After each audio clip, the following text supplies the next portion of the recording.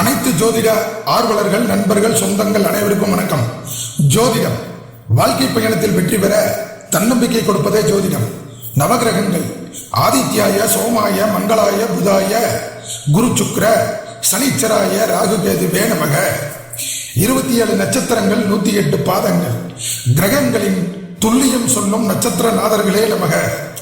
புதனுடைய ஆதிக்கம் பெற்றவர்கள் மட்டுமே இந்த சேனலை பார்க்க முடியும், சப்ஸ்கிரைப் செய்ய முடியும். சுக்கிரனுடைய ஆதிக்கம் இருந்தால் மட்டுமே கலையை ரசிக்க முடியும், கடத்த முடியும், விரும்ப முடியும். So friends, like and share. மனமது செம்மையானால் மந்திரங்கள் தேவையில்லை. இப்போ நம்ம நேரம் வீடியோக்குள்ள போயிடுவோம். எத்தனை திறமைகள் இருந்தாலும் பில்டப் காட்டாத, எந்த ஒரு விஷயத்தையும் அதிரடி காட்டாமல் அமைதியாக சாதிக்கக்கூடிய, களத்தில் சீக்கிரம் இறங்காமல் இறங்கிவிட்டால் சாதித்து காட்டக்கூடிய, உழைப்புக்கு ஏற்ற ஊதியம் எப்போதுமே கேட்டுக்கொண்டிருக்கக்கூடிய, தன்னிடம் இருக்கும் நேர்மையை பிறரிடமும் எதிர்பார்க்கக்கூடிய பிடிவாதக்காரர்கள், நேர்மை உழைப்பை நம்புபவர்கள். இதுவே இவர்களின் பிளஸ் அண்ட் மைனஸ். கும்பராசி நண்பர்கள், உங்களுக்கு இந்த ராசி பலன் எப்படி இருக்க போகுது அப்படிங்கிறத பார்த்துருவோம். முதல்ல சனியை பற்றி பார்த்துருவோம். சனி ஒரு ராசியை கிடக்கிறதுக்கு 2.5 வருஷம் ஆகுது. ராசி கட்டத்தை முழுசாக கடந்து வர்றதுக்கு 30 வருஷம் ஆகுது. இப்போ வர்ற மார்ச் 29ஆம் தேதி சனி பயிற்சியாக போகிறாரு. அதாவது கும்பராசியிலிருந்து மீனராசிக்கு பயிற்சி ஆகிறாரு. அது கும்பராசிக்கு பலன்கள் எப்படி இருக்கும் அப்படிங்கிறத நம்ம பார்த்துருவோம். கும்பராசிக்கு இப்போ 7.5 சனி நடந்துட்டு இருக்குது. முதல்ல 7.5 சனினா என்னன்னு பார்த்துருவோம். அதாவது உங்கள் ஜென்ம ராசிக்கு பின்னாடி சனி வர்ற காலகட்டத்தை, அதாவது கோச்சாரத்தில் சனி வர்ற காலகட்டத்தை நம்ம விரைய சனின்னு சொல்கிறோம். உங்கள் ராசிக்கு, ஜென்ம ராசிக்கு மேலேயே வரும்போது அதை ஜென்ம சனின்னு சொல்கிறோம். உங்கள் ராசிக்கு 2ஆம் இடத்துல, அதாவது முன்னாடி வரும்போது அதை பாத சனி, குடும்ப சனி அப்படின்னு சொல்கிறோம். இந்த 3 ராசியிலையும் சனி டிராவல் பண்ணுறதை தான் நம்ம 7.5 சனின்னு சொல்கிறோம். ப்ராக்டிக்கலாக பார்த்தீங்கன்னா இந்த 7.5 சனி எல்லாத்துக்கும் பிரச்சனைகளை கொடுக்குதா? கும்பராசிக்காரங்களுக்கு எல்லாத்துக்கும் 7.5 வருஷம் பிரச்சனை தானவா அப்படின்னு பார்த்தீங்கன்னா அப்படிலாம் கிடையாது. ஆக்சுவலாக உங்களுடைய ராசி கும்பராசியில் 3 நட்சத்திரங்கள் இருக்குது. அவிட்ட நட்சத்திரம் 3ஆம் பாதம், 4ஆம் பாதம், சதய நட்சத்திரம் 4 பாதங்கள் அதில் இருக்குது. புரட்டாதி நட்சத்திரத்தில் 3 பாதங்கள் இருக்குது. சனி ஜென்ம ராசியில் எப்போ உங்கள் நட்சத்திரத்து மேலே போகிறாங்களோ அப்போ தான் உங்களுக்கு கடுமையான பாதிப்புகள் இருக்கும், மன அழுத்தங்கள் இருக்கும். இதில் அவிட்ட நட்சத்திரக்காரங்க ஏற்கனவே மன அழுத்தத்தில் இருந்து இப்போ கொஞ்சம் கொஞ்சமாக வெளியே வந்துட்டு இருக்கிறாங்க. சதய நட்சத்திரக்காரங்க மன அழுத்தத்திலேருந்து கொஞ்சம் வெளியே வந்துட்டாங்க. இப்போ சனி பூரட்டாதி நட்சத்திரத்தில் போயிட்டு இருக்கிறாரு.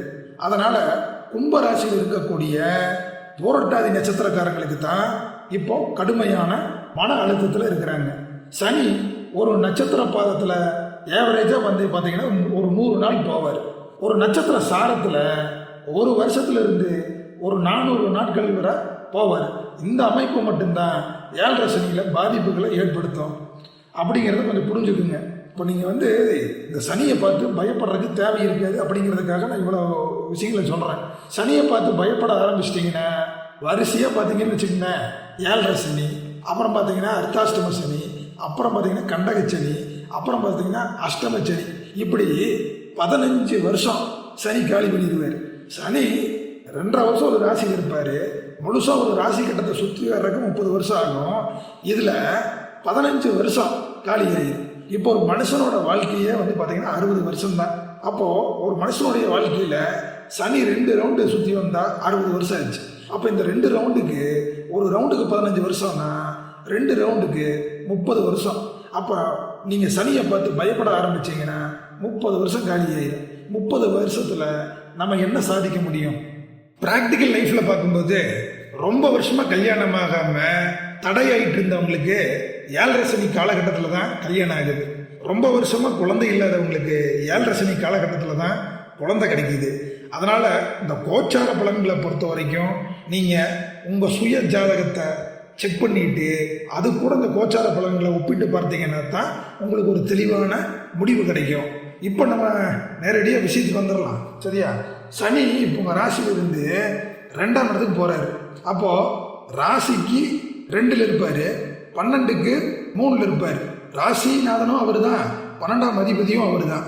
அப்போது உங்களுடைய ராசிநாதன் பாவராகி அசுபராகி, உங்கள் ராசிக்கு 12ஆம் அதிபதி பாவராகி அசுபராகி இப்போ ராசிக்கு 2ஆம் இடத்துக்கு போகிறதுனால ராசிக்கு 2ஆம் இடத்துலையும் 12ஆம் இடத்துக்கு 3ஆம் இடத்துலையும் இருப்பார். அப்போது ஒரு அசுப கிரகம் தன்னுடைய வீட்டுக்கு 3ல் மறையும் போது நல்ல பலன்களை செய்வாங்க அப்படின்னு ஒரு விதி இருக்குது.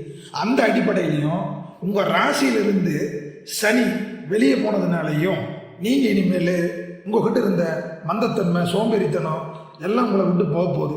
இத்தனை நாளாக இருந்த மாதிரி இல்லாமல் இனி ரொம்ப சுறுசுறுப்பாக இருக்க போகிறீங்க. உங்களை அழகுபடுத்திக்க நினைக்காத நீங்கள் உங்களை அழகுபடுத்திக்க போகிறீங்க.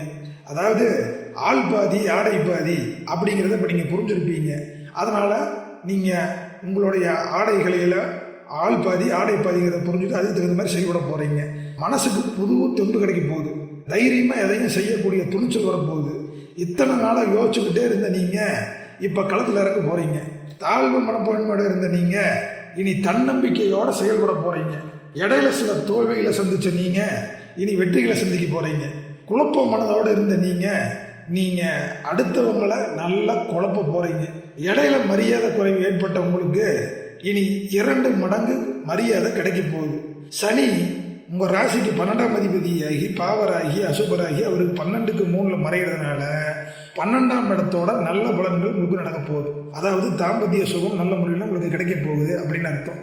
அப்படின்னா கல்யாணம் ஆகாதவங்களுக்கெல்லாம் கல்யாணம் ஆக போகுது அப்படிங்கிறத புரிஞ்சுக்குங்க. சுப நிகழ்ச்சிகளுக்கு விரைய செய்ய போகிறீங்க அப்படின்னா வீட்டில் திருமண நிகழ்ச்சிகள் நடக்க போகுதுன்னு அர்த்தம். இல்லைன்னா வீடு கட்ட போகிறீங்கன்னு அர்த்தம். எப்படி செலவாகுது, எதுக்கு செலவாகுது, ஏன் செலவாகுதுன்னே புரியாமல் இருந்த நீங்கள் இனி நல்லதுக்கு மட்டுமே செலவு பண்ணுவீங்க. பிரச்சனையை மனசுக்குள்ளேயே வச்சுக்கிட்டு தூங்காமல் தவச்சுக்கிட்டு இருந்த நீங்கள் இனி நல்லா தூங்க போகிறீங்க. அதாவது ராசிநாதனும் 12ஆம் அதிபதியும் சனி ஸ்தான பலத்தோடு இருந்ததுனால உங்களை நிம்மதியாக தூங்க விட்டுருக்க மாட்டார். இனிமேல் நல்லா தூங்க போகிறீங்க. வீடு கட்டுறதுக்கு செலவு பண்ண போகிறீங்க. சுப விரயங்கள் ஏற்படுறதுனால வீடு கட்டுற செலவு ஏற்படும். வண்டி வாகனங்கள் வாங்குறதுக்கு செலவு பண்ணுறதுனால உங்களுக்கு அதுவும் சுப செலவாகவே வரும். சொகுசு வாழ்க்கைக்கும் ஆடம்பர வாழ்க்கைக்கும் செலவு செய்வீங்க. வெளிநாடு வெளிமாநிலம் போவீங்க. அடைபட்டு கிடந்த நீங்கள் இனி சுதந்திர பறவையாக பறப்பீங்க. இனி நீங்கள் செய்யக்கூடிய செலவுகள் எல்லாமே திட்டமிடுதலாக இருக்கும். வருங்காலத்துக்கு உண்டான செலவு செய்யணும்னா பணம் வரணும்ல, கண்டிப்பாக பணம் வரும். எப்போவுமே ஜோதிட ரீதியாக 12ஆம் இடம் நல்ல பலன்களை கொடுக்கும்போது செலவு செய்யறதுக்கு வேண்டியாவது நமக்கு பண வரவுகள் வரும் அப்படிங்கிறது ஒரு விதி. மொத்தத்தில் உங்களுக்கு சுப நிகழ்ச்சிகள் நடக்கும், சுப செலவுகள் இருக்கும்.